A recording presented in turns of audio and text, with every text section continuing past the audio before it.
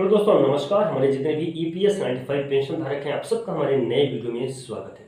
दोस्तों, अगस्त का महीना ईपीएस 95 पेंशन धारकों के घर पे क्या खुशहाली लेके आ पाएगा या नहीं, क्योंकि अगस्त के महीने में 1 अगस्त से लेके 29 अगस्त तक ईपीएस 95 पेंशन धारकों के लिए कुछ न कुछ अपडेटें सामने निकल के आते रहे हैं।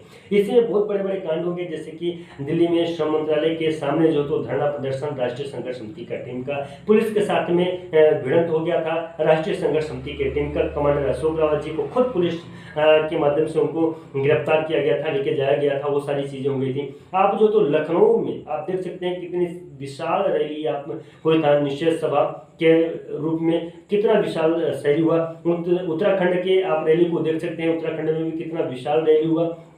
यहीं पे इसी सत्र में जो तो भाषण भी दिए गए ईपीएस 95 पेंशन धारकों के पेंशन के रूप में। माने जो तो श्रम मंत्रालय की तरफ से ये अपडेट आया कि कोई भी प्रस्ताव नहीं है ऐसा कि ईपीएस 95 पेंशन धारकों की मिनिमम पेंशन को वृद्धि की जाए। यानी कि इस अगस्त महीने में ईपीएस 95 पेंशन धारकों के मुद्दे को बहुत ही बखूबी अच्छे से राष्ट्रीय संघर्ष समिति के टीम के माध्यम से रखा गया सरकार के सामने तक। अब बात यह आती है कि इन मुद्दों को रखने से क्या ईपीएस 95 पेंशन धारकों को किसी भी प्रकार का कोई लाभ हुआ अथवा नहीं हुआ, या आने वाले समय में किसी भी प्रकार का कोई लाभ होगा या नहीं होगा। तो दोस्तों, 29 तारीख का इंतजार सभी ईपीएस 95 पेंशन धारक कर रहे हैं। अब 29 तारीख को क्या क्या चीजें हो सकती हैं, तो सबसे पहले मैं आपको बता दूं कि 29 तारीख को स्टैंडिंग कमेटी के द्वारा एक मीटिंग रखी गई है, जिसमें सभी संगठनों को जो तो इन्वाइट किया गया है, उनको बुलाया गया है कि ईपीएस 95 पेंशन धारकों के से संबंधित जो मुद्दे हैं उन मुद्दों पर विचार विमर्श किया जाएगा। अब विचार विमर्श में क्या हो सकता है, इन बातों को थोड़ा सा हम लोग समझ लेते हैं। मुख्यतः विचार विमर्श में ये हो सकता है कि ईपीएस 95 पेंशन धारकों की जो प्रमुख 403 मांगे हैं, उन मांगों में से कौन कौन से मांगों को मंजूर किया जा सकता है, कौन कौन सी मांगों को मंजूर नहीं किया जा सकता है, नंबर 1। दूसरे नंबर पे ईपीएफओ की तरफ से क्या सर्कुलर आ रहा है, लेटेस्ट अपडेट है ईपीएस 95 पेंशन धारकों के लिए कि ईपीएफओ उनको हायर पेंशन की राशि देना पसंद करना चाहता है, या ईपीएफओ मिनिमम पेंशन पे भी किसी भी प्रकार का कोई अपडेट लेके आया है। इस पे भी बातें हो सकती हैं।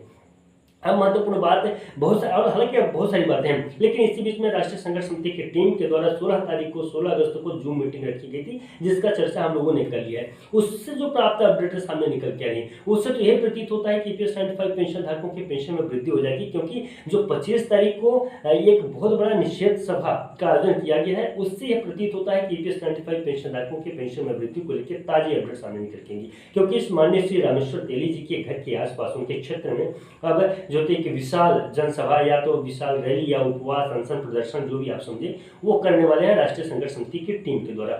स्वयं माननीय कमांडर अशोक रावत जी वहां पे मौजूद रहेंगे, जो राष्ट्रीय संघर्ष समिति के राष्ट्रीय अध्यक्ष हैं।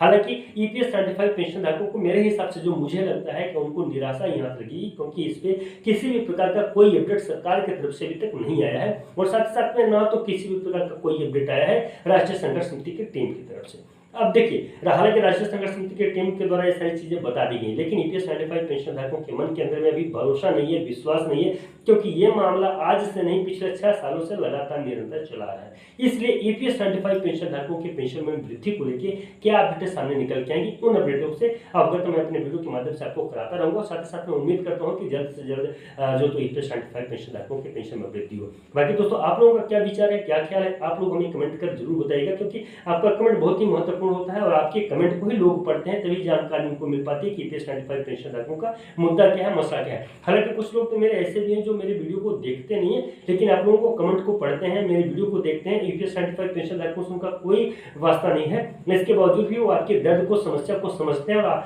हमारी वीडियो को आगे तक पहुंचाते हैं, शेयर करते हैं। वो ईपीएस 95 पेंशन धारक नहीं है, इसके बावजूद भी आगे तक पहुंचाते हैं, मुझसे जुड़ते हैं, मुझसे बात करते हैं, मेरे टेलीग्राम चैनल पे आते हैं, मेरे यूट्यूब चैनल पे आते हैं, कमेंट करते हैं और बात करते हैं। लेकिन आप ईपीएस 95 पेंशन धारक हैं, आप समझते हैं, आपका वीडियो है, आपका प्रश्न है, आपके प्रश्न का उत्तर है, तो आप इस वीडियो को दूसरे लोगों तक पहुंचाइए, लंबे दूर तक लेके जाइए ईपीएस 95 पेंशन धारकों तक, सभी को बताइए, समझाइए।